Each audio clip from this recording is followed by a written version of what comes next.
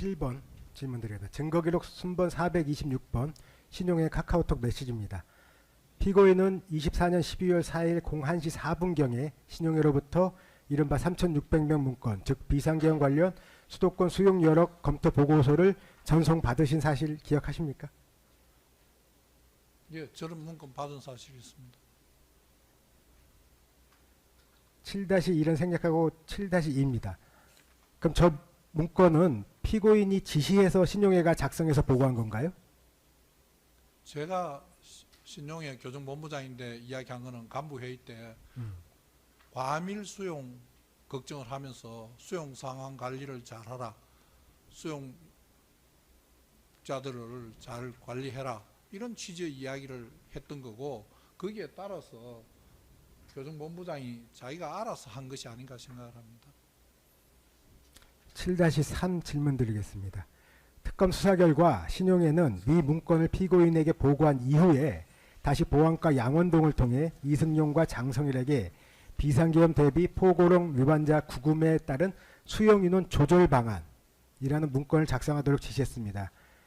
피고인이 신용회한테 저 문건을 보고받은 후에 추가로 지시한 사항이 있었습니까? 전 전혀 없습니다.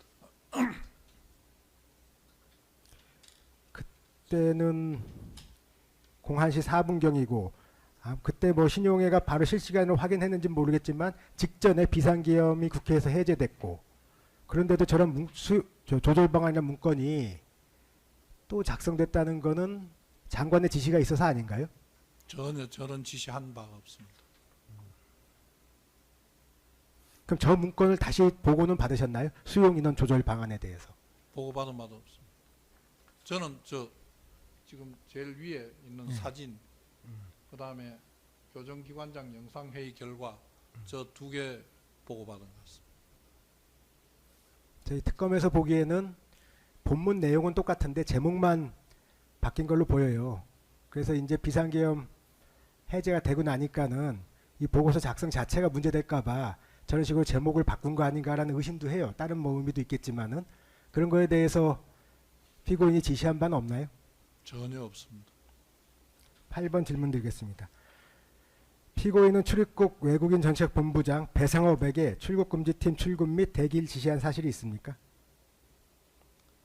저는 출입국 금지팀 대기하라 하는 지시를 배상업이 한 사실이 전혀 없습니다. 8-1입니다. 증거순번 437번입니다. 피의자 신문 녹취서 56면 제시하겠습니다.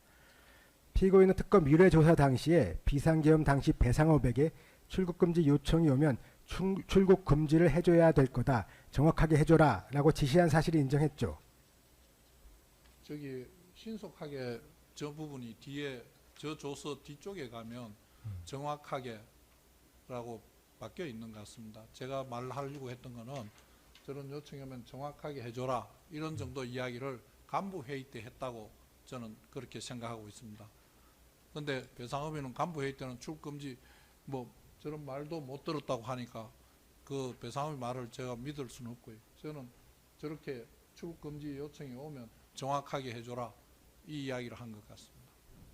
당시 출국 8-2 질문하겠습니다. 출국금지 요청의 주체는 계엄사라고 생각하신 거는 맞죠?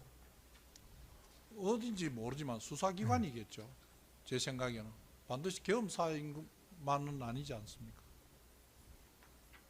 뭐 검찰, 경찰, 그다음에 계엄사 수사 뭐 여러 군데가 다 지금 출국금지 요청은 할 수 있는 수사기관이니까요. 예, 그다음 다음에는 부정청탁금지법 관련해서 질문하겠습니다. 9번입니다. 피고인은 당시 영부인 김건희 전화번호를 원래 좀 알고 계셨습니까? 전혀요. 그럼 그 전에 통화를 하거나 서로 메시지를 주고받은 적이 있습니까? 한 번도 없습니다. 증거기록 순번 828번 텔레그램 출력본 중에 김건희가 피고인에게 17시 4분경에 발신한 자료 제시하겠습니다. 그러면 저 하이라이트 부분 보면은 김이라고 써져 있는데 저건 아마 발신자의 이름인 것 같아요. 발신자의 이름이 피고인의 핸드폰에 표시된 것 같은데 저것만 보고, 저 메시지 내용만 보고 저게 김건희로부터 왔다는 것을 당시에 인식하셨습니까? 그러면 그 다음 거 한번 보시죠. 제일 위에 거 말고 두 번째 거. 예. 김건희입니다라고 돼 있지 않습니까? 예, 예.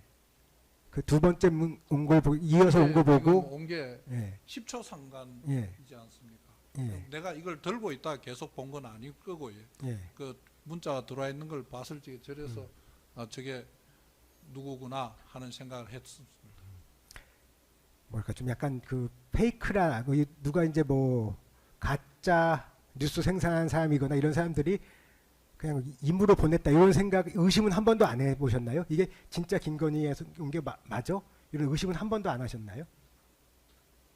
저 내용을 보면 예. 뭐 관심을 가질 수 있는 내용이겠다 이런 정도로 생각을 했지 페이크라고 생각은 별로 안 해본 것 같습니다. 그리고 그 전에 한 번도 저인데 예. 저런 페이크 뉴스가 예. 잘 오지 않습니다. 그리고 제가 저 SNS나 다른 걸 안 하기 때문에 저런 가짜 뉴스가 제 휴대폰에 들어오는 경우가 많지는 않습니다. 예. 그럼 그 다음 칸까지 한 번에 보겠습니다. 그러면 이제 그 발신자 김건희 여사로 바뀌어져 있잖아요. 그건 피고인이 핸드폰을 조작해서 그 상대방의 뭐랄까요 닉네임을 그렇게 저장한 건가요? 김건희 여사로? 저걸 받고 제가 그 전화번호를 예. 입력을 한 거 아닌가 싶습니다. 그래서 그날 처음 김건희 여사한테 받았고 그전에는 연락한 적이 없고 저 김건희 여사라고는 저 메시지를 보고 본인이 바꾸신 거다. 예. 전화번호를 제가 제 전화에 전화번호를 입력을 했었습니다. 알겠습니다. 그러면 9번부터 9-6까지 모두 질문과 답변이 이루어진 것으로 하겠습니다. 10번 질문